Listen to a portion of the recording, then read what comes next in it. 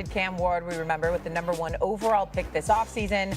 We felt like they just were not seeing enough progress from the team. Senior offensive assistant Mike McCoy will now take over as interim coach. So this move continues, though, an alarming trend in the National Football League. You see Shepty's tweet. The last 4 quarterbacks taken #1 overall have now seen their head coach fired during their rookie campaign. The list includes Trevor Lawrence, Bryce Young, Caleb Williams, etc. So Drew Brees now joining us here on First Take, as he does every single Tuesday. And so, Drew, we'll ask you, as a former quarterback, do you think the National Football League is failing these young QBs?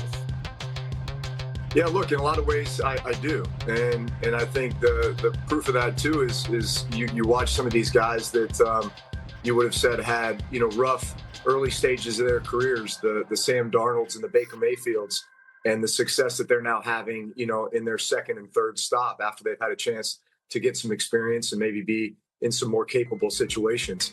At the end of the day, I really have kind of developed a formula just based on observation, for a lot of these young quarterbacks in finding success in the NFL. And first and foremost, I think a lot of these guys need about 50 high-level starts before you're going to know what you have in a quarterback. And that includes college and then at their time in the NFL. In other words, if you go draft a guy who has all this upside potential, but he only had 15 to 20 starts in college, well, guess what? You're going to have to sit around and wait, 2.5, 3 seasons before you can really develop this guy. He needs those 50 high-level starts. He needs a solid veteran backup quarterback in the room with him that's going to help guide him, teach him how to be a pro, teach him about preparation. He's going to need to be in an offense that fits his skill set or can be built to his skill set. You're going to need to build the team around him. I saw a great quote from Liam Cohen down in Jacksonville the other day, just talking about a lot of the success for these young QBs is about timing and circumstance early on in their career. And that is absolutely right. Now, some guys are going to develop a little bit faster than others. Some guys are just going to be in better situations. QB's best friend, great defense, great run game, right? If your team doesn't have that, you're just putting more pressure on this kid. So at the end of the day, that's really the formula.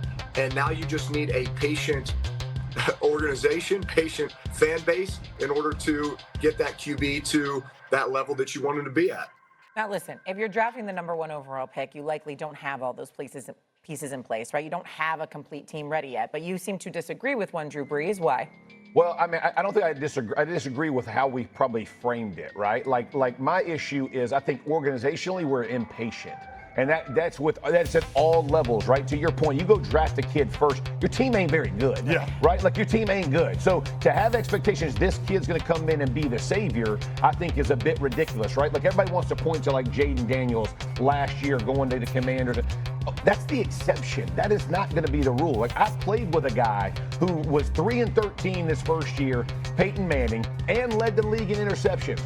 The world would be on fire if this was now, right? They'd be like, oh, he's terrible. He's washed up. We should have never drafted him, right? They're going to beat this guy up. And then look what happens through the next 17 years that the guy plays and is in the Hall of Fame, right? And so my point is, I think even this Callahan thing, if you knew you weren't sold out to the head coach, fire the coach and then bring in whoever you think is going to develop your quarterback and let them grow together, right? Let them be together, and this relationship is going to walk together so they understand what is at stake. What happened in Chicago, what just happened in Tennessee, I think it's such a disservice to the quarterbacks, but it's an organization, and it's like fans, they're hiring and firing dudes from the stands, and general managers and ownership are listening. And it's like, give this thing time. It takes years to turn a organization that has been that bad where you're drafting that high around. So don't expect it to be, something that's going to happen all of a sudden. I have a big problem with it all being attributed. To me, it's more of a failing in an organization than it is a specific position. Unfortunately, the quarterbacks get caught up because they're the face of the franchise, right? And it's like, Cam Ward's not going to be good now, or so-and-so's not going to be good now. Cam Ward's played 6 games, man. Yeah. We have no idea who Cam Ward's going to be. And to think that Brian Callahan he doesn't know what he's going to be yet either. He's trying to work to figure out what he does well and what he doesn't do well. I think expectations are silliness, and it's bad for our players. Yeah, I mean, it's a catch-22 because you got to get the franchise quarterback when you have an opportunity to draft them, and more often than not, those guys are found at the top of the draft. So even if your program isn't at a point where you think you can develop a franchise quarterback properly, the opportunity cost on passing on a guy like that is too great. So there is that. But when it comes down to the Tennessee Titans situation, Stephen A., I don't know that I've ever seen something like this. You're talking about them having 3 different general managers and now 3 different head coaches since 2022. Yeah. That was just 3 years ago. Right. This cycle of dysfunction that they've been in. And by the way, fired the dude who had won two division titles. You fired that guy. Mike Vrabel has as many wins as Brian Callahan has over the last 2 years. Mike Vrabel did not coach football last year. Right. Yeah. That's real, y'all. Yeah. And so the Tennessee Titans have a lot to blame for this, and they are emblematic of the bigger issue that the NFL is facing. That's right. Which is that they're consumed with trying to find a savior rather than putting in the work to develop the culture and the infrastructure to develop the talent in the building. Because the quarterback is an important piece. We all know that person has more influence on your team having success than anybody else. But he ain't the only piece on your team that you need to be good in order to win, especially to have sustained success. They also had Derrick Henry in the building in Tennessee. Let's not forget. That's the issue that the Tennessee Titans are facing. Here's what I would say. From a football perspective, I'm the least qualified individual here to argue against any points that y'all are making.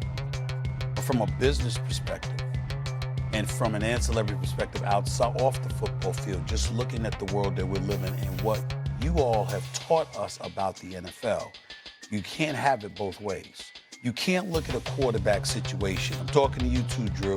You can't look at a quarterback situation knowing that if you find somebody that has that kind of potential and that promise, let's look at a Jayden Daniels, for example, even though he's an extreme because the brother is stellar. But the point is that even if he was a little bit less than that, but pretty good, he doesn't cost that much now. Right. But knowing that he has the potential gives you the peace and enables you to build off of that level of infrastructure to evolve stuff around him, right?